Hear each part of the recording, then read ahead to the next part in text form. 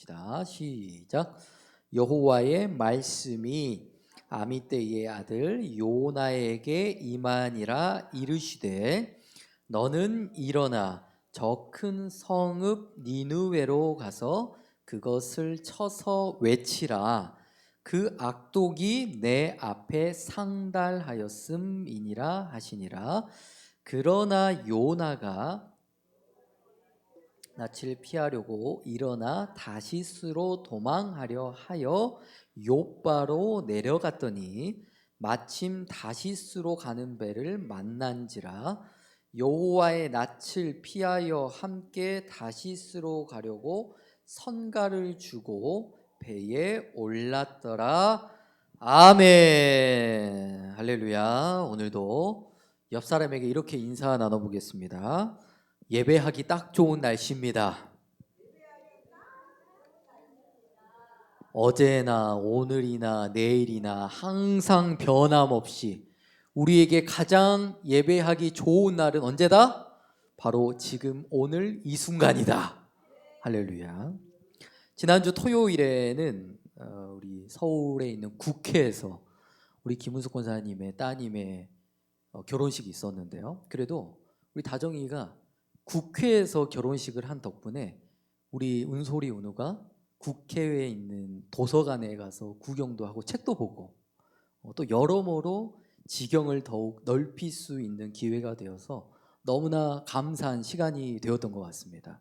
특히나 이번 결혼식장이 생각보다 기대보다 굉장히 깔끔하고 좋더라고요. 그죠? 그래서 제가 그 와이프에게 여보, 나도 시간을 좀 다시 되돌리고 싶다. 저 설렘, 저 신랑의 그 설렘을 나도 한번 다시 느껴보고 싶다. 저 신랑처럼 나도 결혼식을 한번 더 해보고 싶다. 그렇다고 제발 오해하지 마세요. 또 목사님이 또 바람났네 어쩌네 오해하지 마시고, 그 뜻이 아니고 다른 여자랑 결혼하고 싶다는 게 아니고 저희 집사람하고 결혼식을 또 한 번 하고 싶다, 그런 뜻입니다. 자, 그리고 저는 이번 결혼식에 다녀오면서 크게 두 가지 제 마음에 크게 느끼고 온 것이 있었는데, 첫 번째는 이제 결혼식에 신부가 입장을 할 때 처음에는 아빠의 손을 잡고 입장을 하다가 이제 남편 될 신랑에게 그 바톤을 넘겨주지 않습니까? 그런데 저는 그 다정이의 그 뒷모습을 보면서 자꾸만 어떤 상상을 하게 되냐면, 은솔아, 안 돼. 은솔아, 너 아빠랑 평생 같이 살기로 약속했잖아. 은솔아, 제발 그 강을 건너지 말아다오. 결혼식 내내 시집가는 그 다정이의 뒷모습을 보면서 마치 은솔이의 저희 딸의 미래를 보는 것 같은 그런 마음에 혼자 속으로 얼마나 그 울음을 참느라 힘들었는지 모르겠습니다. 그래서 제가 결혼식이 끝나고 이제 차량 운행을 하면서 우리 양 권사님에게 잠깐 그런 말씀을 드렸는데, 권사님, 제가 이번 결혼식에 다녀온 뒤로 제 마음이 더 확고해졌습니다. 그냥 우리 은솔이는 앞으로 제가 평생 데리고 살라고요.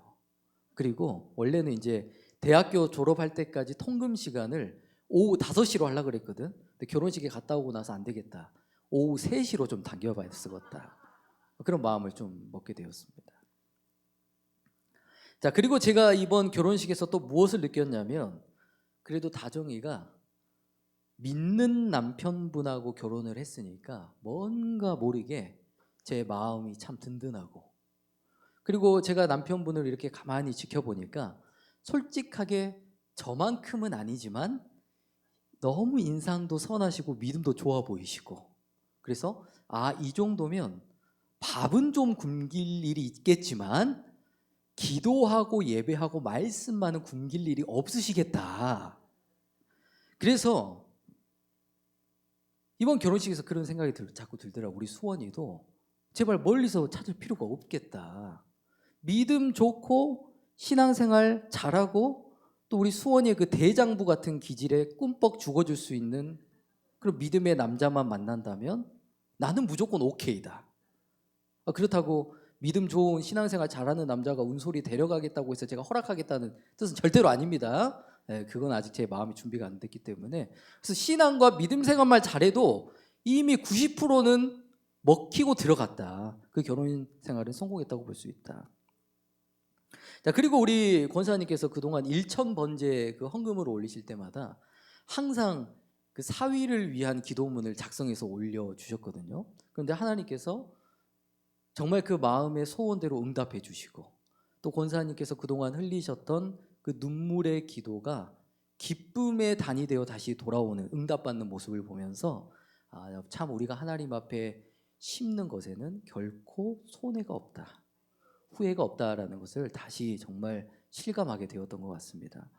어쨌든 이 세상에서 가장 복된 가정은 돈을 머리로, 외모를 머리로, 어떤 세상적인 기준을 머리로 삼는 가정이 아니라 바로 예수 그리스도께서 그 가정의 머리가 되어주시고, 또한 예수 그리스도께서 주인이 되어주시는 가정이야말로 세상에서 가장 복되고 행복한 가정인 줄로 믿습니다. 혹시 오늘 말씀에 앞서서 제가 질문 하나 드려보겠습니다.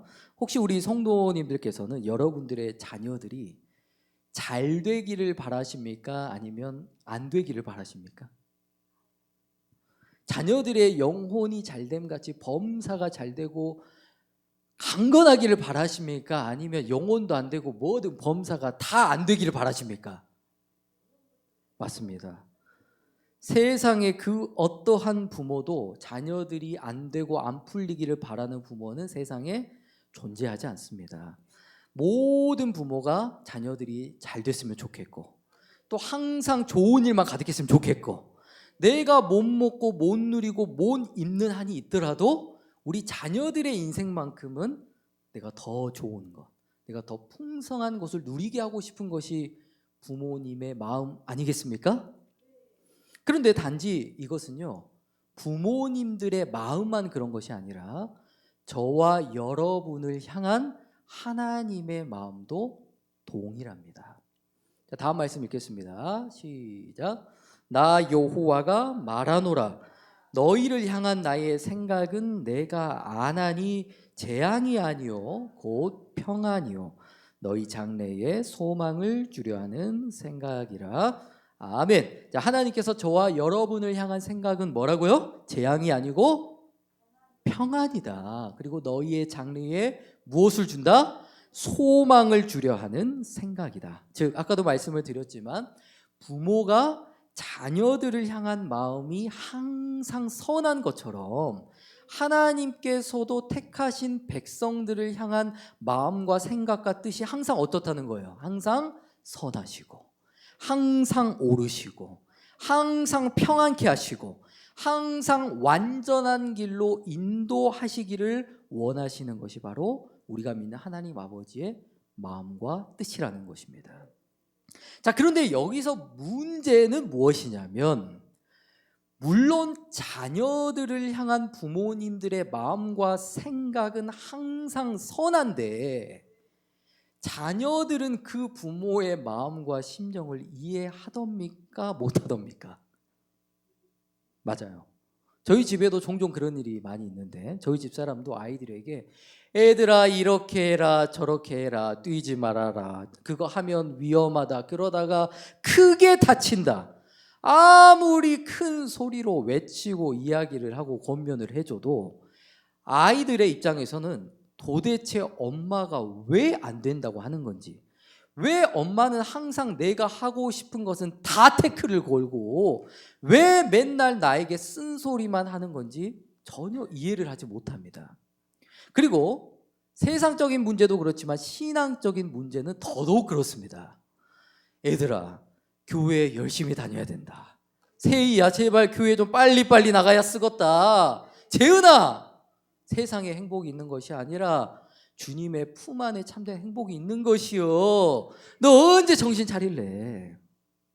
부모가 아무리 좋은 마음, 좋은 뜻을 가지고 자녀들에게 신앙적인 권면과 이야기를 해줄지라도 자녀들이 그 말을 좋은 뜻으로 받아들입니까? 아니면은 엄마 제발 내 신앙은 내가 알아서 한다니까 엄마의 잔소리 때문에 나 더 교회 가기 싫어 본다니까 이런 반응이 나옵니까?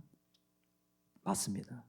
부모가 아무리 좋은 마음 선한 뜻을 가지고 자녀들의 인생과 신앙생활을 지도하려고 할지라도 자녀들은요, 부모의 마음을 절대로 온전히 이해하지 못하고 그저 이것들을 간섭으로만 받아들이기가 쉽다라는 것입니다. 자, 하지만 그렇다고 우리 부모님들께서 절대 낙심하실 필요가 없습니다. 왜냐하면 우리 자녀들이 부모님들의 그 마음과 생각과 뜻을 이해할 때가 온다 안 온다. 반드시 이후에 찾아오게 되기 때문입니다. 자, 그러면 그때가 언제일까요? 바로 은우야, 큰 젤리를 먹을 때 제발 쪼개서 먹어야 돼. 이야기를 해줘도 안 듣다가 큰 젤리를 먹다가 자기 목에 걸려서 생사의 고비를 넘겨보면 어머니의 말씀이 진리였구나 라는 것을 깨닫게 되고, 그리고 담임 목사님께서 지금 잠잘 때가 아니다, 부지런히 새벽에 제단을 깨워야 된다, 기도의 단을 쌓아야 된다, 기도 안 하면 시험 들면 기도 못한다, 아무리 말씀으로 권면을 해줘도 목사님은 왜 나의 그 자유를 자꾸 억압하시려고만 하실까 불평을 하다가 인생에 갑작스러운 시험과 고난이 찾아오고 기도할 힘조차 잃게 되는 그런 어려운 우리의 한계치에 도달하게 되면, 그때서야 새벽을 깨우고 기도를 하라고 하신 말씀은 나를 괴롭게 하시고 나를 억압하려고 하신 말씀이 아니라 내 영혼을 지키기 위한 사랑의 음성이었구나 라는 것을 그때야 이제 깨닫게 되는 것이죠. 그리고 우리 자녀들도 그래요. 교회 안에서 말씀의 꼴과 만나를 먹고 살 때는 몰라요, 그것이 행복인지를. 그런데 언제 알게 됩니까? 집 나간 탕자가 되어 눈물에 젖은 빵을 먹어보면 그때서야 아버지의 품이 참 좋았구나라는 것을 깨닫게 되는 것이죠. 또 남자들은 그런다고 합니다. 보통 결혼을 하고 아이를 낳아보면 그제서야 아버지의 심정을 이해하게 되고, 또 보통 여자들은, 딸들은 시집을 가고 자기 배를 찢어서 아이를 낳아보면 그제서야 부모님의, 어머님의 마음과 심정을 조금 이해하게 된다고 합니다. 자, 그런데 사실 부모님의 생각과 자녀들의 생각에서만 이런 마찰과 충돌이 생기는 것이 아닙니다. 하나님 아버지와 그리고 하나님의 자녀된 우리의 생각도 마찬가지, 이런 갈등과 마찰이 생길 때가 많이 있는 것 같습니다. 왜 그럴 수밖에 없냐면 이사야서 55장 8절 이하의 말씀에 보니까 하나님의 생각과 길은 우리의 생각과 같다 안 같다, 땅처럼 낮은 우리의 그 미개한 지식과 지혜로는, 그 생각으로는 하늘보다 높은 하나님의 생각과 길을 우리 인간은 절대로 다 이해하지 못한다고 말씀했습니다. 자, 그리고 오늘 말씀에 등장하는 요나도 딱 그랬었죠. 우리가 지난 시간에 나눴지만 하나님께서 이 요나 선지자를 통하여 이루고자 하셨던 비전과 뚜렷한 계획이 있으셨지만 요나의 입장에서는 그 하나님의 크신 생각이 납득이 되고 이해가 됐습니까? 안 됐습니까? 하나님의 생각과 마찰이 생겼습니다. 갈등이 생겼어요. 왜냐하면 당시에 아수르라고 하는 이 족속은 세상에서 가장 잔인하고 사악하기로 소문난 족속이었고, 게다가 니느웨라는 곳은 그 아수르의 중심부, 그러니까 쉽게 말하자면 수도였습니다. 그래서 요나의 입장에서는 마치 호랑이 굴에 자기 발로 들어가야 하는 꼴이 되다 보니까 이런 두려움 때문에, 혹은 하나님의 생각과 자신의 생각이 일치하지 않는다는 이유로 니느웨가 아닌 어디로 도망을 갔습니까? 다시스로 도망가는 선택을 하게 되었습니다. 자, 3절 말씀을 다시 한번 읽어보겠습니다. 시작. 그러나 요나가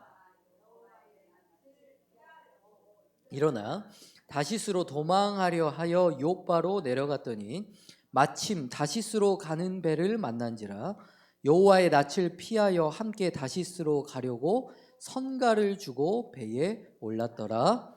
아멘. 자, 우리가 지난 시간에는 이 말씀에서, 이 3절에서 여호와의 낯을 피하려고 라는 문장을 우리가 중점적으로 살펴봤는데, 사실 오늘 말씀에 요나만 여호와의 낯을 피하는 것이 아니라 창세기에 보니까 또 누가 선악과를 따먹고 나서 아담과 하와도 여호와의 낯을 피하여 나무 아래 숨었다라는 말씀 기억하시죠? 그러니까 우리의 삶에도 만약에 내가 하나님의 낯을 피한다, 예배와 말씀의 자리를 피한다, 내게 맡겨진 직분과 사명과 그 헌신의 자리를 내가 피한다, 또 혹은 목회자와 성도들과의 관계와 그 자리들을 자꾸 내가 피한다, 도망친다, 곧 그것은 무엇을 뜻합니까? 그 사이에 뭐가 많이 껴있다. 내가 피한다는 것은 곧 그만큼 그 관계 속에 죄가 많이 끼어 있다는 증거입니다. 하지만 우리가 아무리 힘들고 어려운 관계가 할지라도 그것을 피한다고 한들 문제가 저절로 해결되거나 사라지dob니까? 절대로 그렇지 않습니다. 그러면 이 문제를 우리가 해결할 수 있는 방법이 무엇일까요? 바로 그 죄를 가지고 빛 되신 주님 앞에 나아가는 것입니다. 그리고 우리의 연약한 모습 있는 그대로 하나님 앞에 자백하고 회개하며 나아갈 때 나를 지배하는 그 어둠과 죄의 권세가 힘을 잃게 되고 막히고 끊어져 있던 그런 관계가 다시 열리고 회복되는 은혜가 반드시 임하게 될 줄로 믿습니다. 자, 그리고 오늘은 이 3절 말씀에서 제가 노란색으로 색칠을 해놓은 단어가 있는데 보이십니까? 어떤 단어죠? 바로 마침. 뭐라고요? 마침. 자, 이 마침에는 도대체 어떠한 영적인 의미와 메시지가 담겨 있는가에 대해서 오늘 함께 나눠보려고 합니다. 자, 우리 말씀을 다시 처음부터 한 번만 더 읽어볼까요? 시작. 그러나 요나가 여호와의 낯을 피하려고 일어나 다시스로 도망하려 하여 욥바로 내려갔더니 마침 다시스로 가는 배를 만난지라. 여러분 혹시 이 말씀의 내용을 읽으시면서 어딘가 좀 이상하다는 느낌을 받지 못하셨습니까? 자, 다시 말씀드리지만, 자, 요나는 지금 하나님의 말씀과 뜻에 순종한 것이 아니라 불순종했고요. 그리고 여호와의 낯을 피하려고 니느웨가 아닌 다시스로 도망가고 있는 상황이란 말이에요.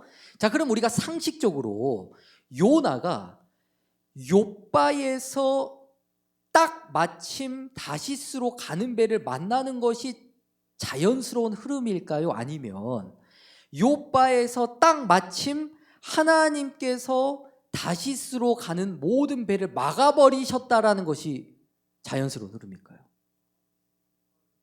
당연히 요나가 하나님의 말씀에 거역하고 불순종하고 지금 도망을 가는 거니까 요나가 멀리 도망가지 못하도록 하나님께서 욥바에 뭐 태풍을 급하게 불어버리신다든지 아니면 배를 못하도록 아예 모든 표를 매진을 시켜버리든가 아니면 도망 못 가도록 그곳에 있는 모든 배를 아예 침몰시켜버리는 것이 여러분 자연스러운 이야기의 흐름이 아니겠습니까? 하지만 다시 말씀을 보시면 요나가 다시스로 작정하여 도망을 가려고 마음을 먹는 순간 이게 웬 떡인가? 마침 뭐가 있었다는 거예요. 죄를 지우려고 보니까 불순종하려고 보니까 마침 내가 탈 수 있는 내가 죄를 지을 수 있는 최고의 조건이 이미 다 갖춰져 있었다라는 거예요. 자, 만약에 여러분들이 요나의 입장이 되신다고 한다면 이 지금 나타나는 이 현상을 어떻게 해석하시겠습니까? 와, 역시 내가 다시스로 도망가는 것도 하나님의 뜻이 있었구나.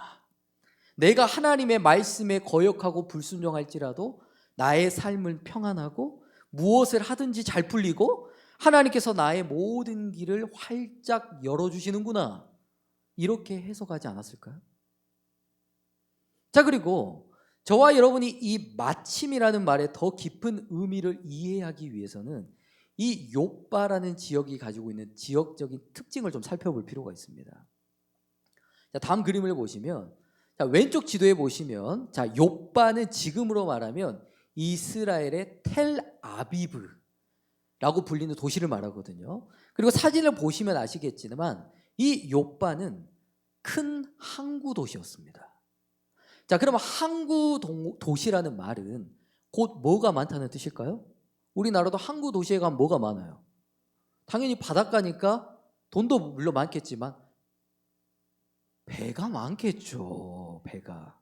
즉 다시 말해서 요빠라는 이 지역은 특성상 항구 도시였기 때문에 배가 항상 있었고, 게다가 요나가 가고자 했던 다시스라는 지역도 무역의 중심지였습니다. 굉장히 부유한 도시였어요. 그러면 우리나라 같은 경우도 인구가 많은 번화가일수록 버스가 많이 다녀요, 조금 다녀요? 보통 우리가 서울 인천으로 가는 버스는 5분마다 10분마다 있고 그러잖아요. 근데 해남으로 땅끝으로 가면 갈수록 어때요? 시차 간격이 엄청나게 길어지지 않습니까? 그래서 아마 이 당시에도 다른 지역으로 가는 배는 적었을지언정 무역의 중심지였던 다시스로 가는 배는 아마 거의 매 시간마다 있었지 않았을까라고 우리가 추측을 해볼 수가 있다는 것입니다. 자, 그러니까 오늘 말씀에 요나가 요빠에 갔더니 마침 배가 있었다라는 말의 의미는 그에게 특별한 기적이 일어난 것이 아니고 하나님께서 주신 사인이 아니라 원래 그곳에는 늘 뭐가 있었다? 다시스로 가는 배가 항상 있었다는 거예요. 그러나 요나는 늘 있었던 이런 자연스러운 현상을, 상황을 마치 어떻게? 하나님께서 자기의 선택을 응원해 주신 것처럼 자신의 불의와 불순종을 이것으로 포장하기를 원했다라는 것입니다. 제가 오늘 말씀을 묵상하고 준비하면서 이런 한 가지 깨달음을 주셨는데 한번 읽어볼까요? 시작.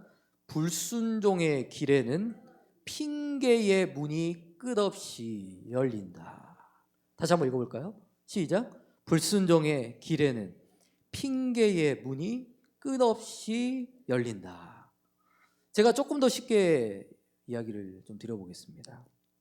자, 이제 토요일이 돼서 붕어빵 전도를 해야 되는데 그날따라 날씨가 너무 좋아. 모든 상황, 형편, 시간이 딱 맞아가지고 내가 오랜만에 전도를 나가봐야 되겠다. 얼마든지 전도를 나갈 수 있는 날이 됐습니다. 자, 그런데 내가 전도를 나가려고 대문을 딱 열었더니 이게 웬걸? 엘리베이터 앞에 점검 중. 오늘은 운행을 안 합니다. 라고 써 있는 거예요. 그러면 보통 우리 광주 새사람교회 성도님들의 그 믿음의 수준 정도 되시는 분들은 이것은 하나님께서 전도도 하는 김에 나를 다이어트까지 시켜주시려고. 나 요즘 관절이 안 좋았는데 어떻게 하나님께서 정확히 아시고 나를 또 운동까지 시켜주시려고 즐겁게 룰루랄라 찬양하시면서 교회 전도하러 나오시겠죠, 우리 성도님들은. 그런데 여기 서 있는 저는 그렇지 못할 것 같습니다.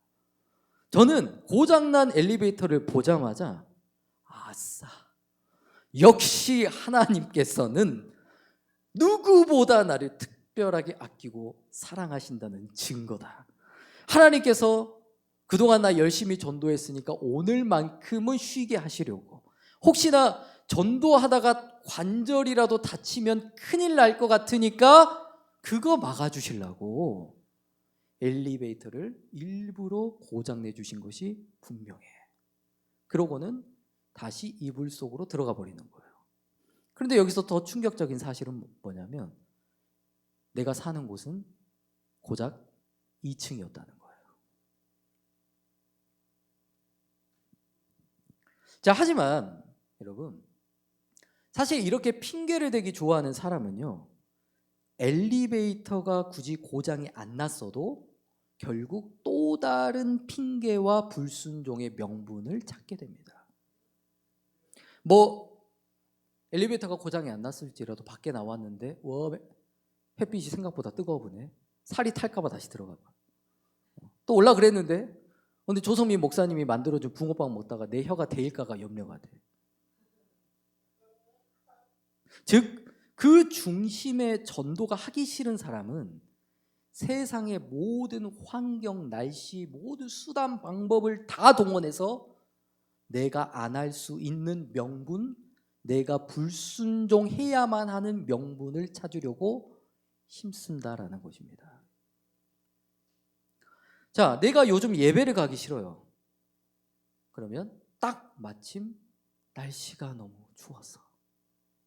또 내가 요즘 교회 생활 순종 11조를 하기가 싫어요. 그럼 딱 마침 목사님과 성도들이 나에게 시험거리를 줬으니까 안 할 거야.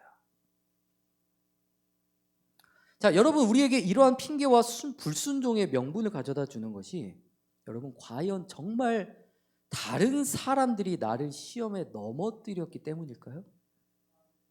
환경이 나를 넘어뜨렸기 때문일까요? 다음 말씀 읽겠습니다. 시작. 오직 각 사람이 시험을 받는 것은 자기 욕심에 끌려 미혹됨이니. 아멘. 즉, 우리의 불순종의 원인은 다른 사람 때문에, 세상 환경 때문에 있는 것이 아니라 어디에 있다고요? 바로 자기 욕심에서 시작된다는 것입니다. 자, 고린도전서 10장 13절의 말씀에 보면 하나님께서는 우리에게 감당할 수 없는 시험을 주신다, 안 주신다? 감당할 수 없는 시험은 우리에게 결코 주시지 않는다고 말씀하셨습니다. 즉, 오늘 하나님께서 요나에게 니느웨로 가라고 말씀을 하셨다는 것은 요나에게 시험을 주시려고 하신 것이 아니라, 요나는 그 일을 능히 감당할 수 있는 사람이기 때문에 하나님께서 그 사명을 요나에게 맡기신 것입니다. 하지만 요나는 앞서 본 말씀처럼 누구의 욕심 때문에? 환경 때문에? 사람 때문에?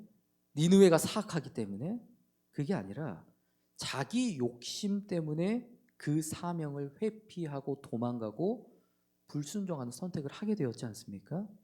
다시 말하자면 하나님께서는 저와 여러분 모두에게 모든 어려움과 시험과 고난을 능히 감당할 수 있는 능력을 이미 예수 그리스도 안에 허락해 주셨습니다. 또 저와 여러분들에게 직분과 사명과 헌신과 재물을 주셨다는 것은 내가 그것을 능히 감당할 수 있는 믿음과 조건을 다 갖추어졌기 때문에 하나님께서 우리에게 그 일을 맡겨주셨다는 거예요. 하지만 무엇이 현재 나를 향한 하나님의 뜻을 가로막고 있다고요? 바로 내 육신이라는 욕심, 내 쾌락이라는 욕심, 내 정욕이라는 욕심, 그리고 자기 자신을 하나님보다 더 사랑하는 자기 욕심. 즉, 이처럼 자기 욕심이 하나님보다 앞서게 될 때 우리도 언제든지 요나처럼 마침을 핑계를 삼고 결국 불순종의 길을 스스로 정당화하려고 하는 그런 범죄를 저지를 수밖에 없다라는 것입니다. 자, 그리고 우리가 자기 욕심에, 자기가 시험에 걸려 넘어질 때 나타나는 아주 무서운 현상이 있습니다. 아주 무서운 현상. 바로 아담이 선악과를 따먹고 나서 하나님 앞에 그런 말을 하죠. 하나님, 제가 이 선악과를 따먹은 것은 하나님께서 창조하신 저 여자 때문입니다 라고 죄를 전가시킨 것처럼 우리도 마찬가지, 내 죄를 감추기 위해, 내 불의를 감추기 위해, 내 불법과 불순종을 감추기 위해서 내가 저 사람 때문에 시험에 들었습니다. 내가 저 사람 때문에 이거 못하겠습니다. 내가 저 사람 때문에 맡겨진 일을 다 내려놔야겠습니다. 하지만 여러분 잘 생각해 보세요. 정말 우리가 다른 사람 때문에 무너지고 다른 사람 때문에 시험에 들고 다른 사람 때문에 하나님께서 맡기신 사명을 포기하는 걸까요? 그렇지 않습니다. 결론은 결국 다 자기 욕심이에요. 자, 그렇다면 저와 여러분이 이런 자기 욕심을 이겨내고 하나님의 뜻과 성령의 일에 우리가 순종할 수 있는 비결이 무엇일까요? 다음 말씀 읽겠습니다. 시작. 내가 이르노니 너희는 성령을 쫓아 행하라. 그리하면 육체의 욕심을 이루지 아니하리라. 육체의 소욕은 성령을 거스리고 성령의 소욕은 육체를 거스리나니 이 둘이 서로 대적하므로 너희의 원하는 것을 하지 못하게 하려 함이니라. 아멘. 즉 저와 여러분 안에는 항상 두 가지의 세력이 항상 다투고 전쟁을 하고 있다는 거예요. 어떤 세력입니까? 하나는 육체의 소욕, 또 하나는요 성령의 소용. 그리고 앞에 17절에 보니까 이 둘은 서로 뭐 한다고요? 대적함으로 원하는 것을 하지 못하게 만든다. 그러니까 이 둘의 전쟁과 싸움은요, 무승부가 없어요. 휴전도 없습니다. 둘 중에 하나는 반드시 다른 하나를 이길 수밖에 없다라는 거예요. 자, 그러면 우리가 육체의 욕심을 이길 수 있는 비결이 뭘까요? 말씀해 보니까 무엇을 쫓아 행하라? 성령을 쫓아 행하라. 이 말씀에서, 이 문장에서 가장 중요한 단어는 행하라는 문장입니다. 행하라. 그러면 행하라는 거 도대체 뭘 행하라는 거예요? 바로 내 육신과 내 욕심에 우리가 넘어지고 지지 않도록 영적인 일, 예배하는 일, 기도하는 일, 회개하는 일, 전도하는 일, 새벽을 깨우는 일, 말씀에 즐거이 순종하는 일에 힘써야 한다라는 거예요. 그리고 맡은 자에게 구할 것은 오직 충성뿐이라는 말씀처럼 우리에게 시간과 기회가 있을 때마다 내가 하나님의 뜻을 위하여 내가 이번에 무엇을 순종해 볼 수 있을까? 내가 그리스도의 몸된 교회와 우리 사랑하는 지체들, 성도들을 위해서 내가 어떤 부분을 순종하면 좋을까? 이런 선한 일, 하나님께서 기뻐하시는 순종을 우리의 삶에 채워나갈 때 비로소 더 이상 육체의 욕심이 나의 삶을 주장하지 못하게 되고 우리의 삶에 하나님의 온전하고 거룩한 뜻이 이루어지는 이런 아름다운 축복과 열매가 있게 될 줄로 믿습니다.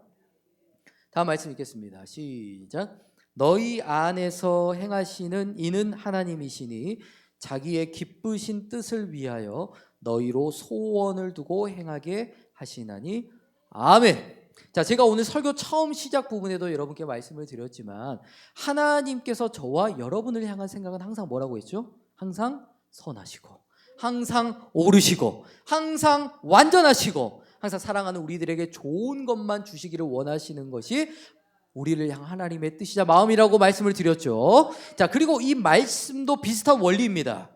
하나님께서 저와 여러분에게 소원과 감동과 순종을 행하게 하신 이유는 앞에 말씀을 보니까 무슨 뜻을 이루기 위해서? 기쁘신 뜻을 위하여. 그러니까 우리가 예를 들자면 전도를 하면서 누가 이런 걸 만들어가지고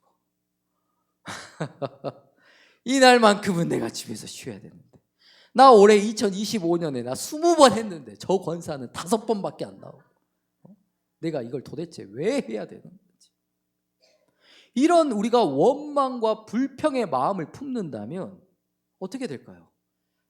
감당하는 나도 스트레스 받고 그 모습을 보고 있는 내 가족과 형제, 남편도 스트레스 받고 더 나아가 복음을 전하는 세상 사람들이 그 모습을 보고 그리스도의 향기를 느끼겠습니까?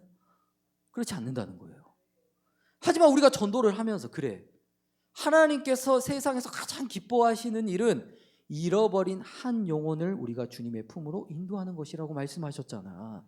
그러니 내가 오늘 전도에 동참할 수 있는 그 자체만으로 나는 행복한 사람이다.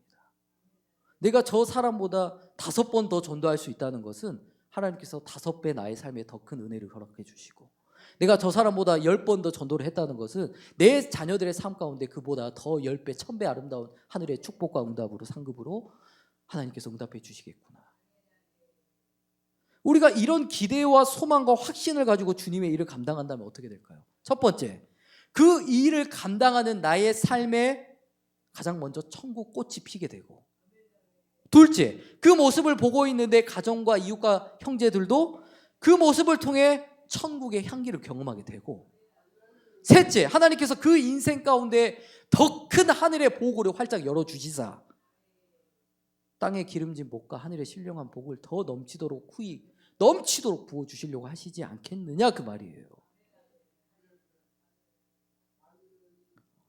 이제 곧 2025년 한 해가 마무리가 되고 새로운 2026년이 곧 시작이 됩니다.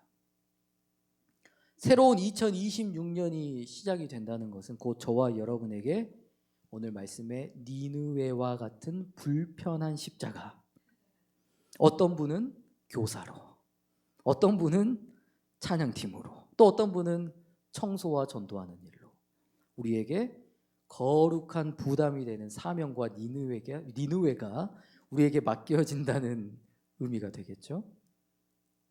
자, 그렇지만 우리 각자에게 맡겨지는 그 니느웨라는 사명이 때로는 버겁고 또 때로는 내 생각과 이치에 기분에 맞지 않을 수도 있지만, 우리 성도님들께서 꼭 기억하셔야 할 것은 저와 여러분을 향한 하나님의 부르심에는 결코 조금도 후회가 없다라는 것입니다.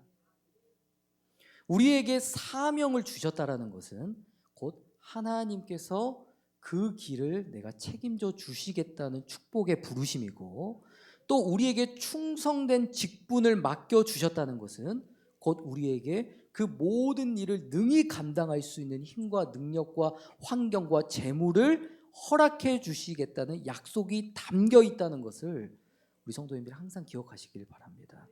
그리고 제발 우리가 어떠한 상황 속에서도 요나처럼 좌로나 우로나 우리의 마음이 악인처럼 요동하거나 흔들리지 마시고, 오직 우리의 마음과 중심이 부르심의 상을 향하여 예수 그리스도라는 그 믿음의 표대를 바라보고 하나님께서 예비하신 그 영광의 자리까지 흔들림 없이 달려나갈 수 있는 복된 인생 될 수 있기를 주님의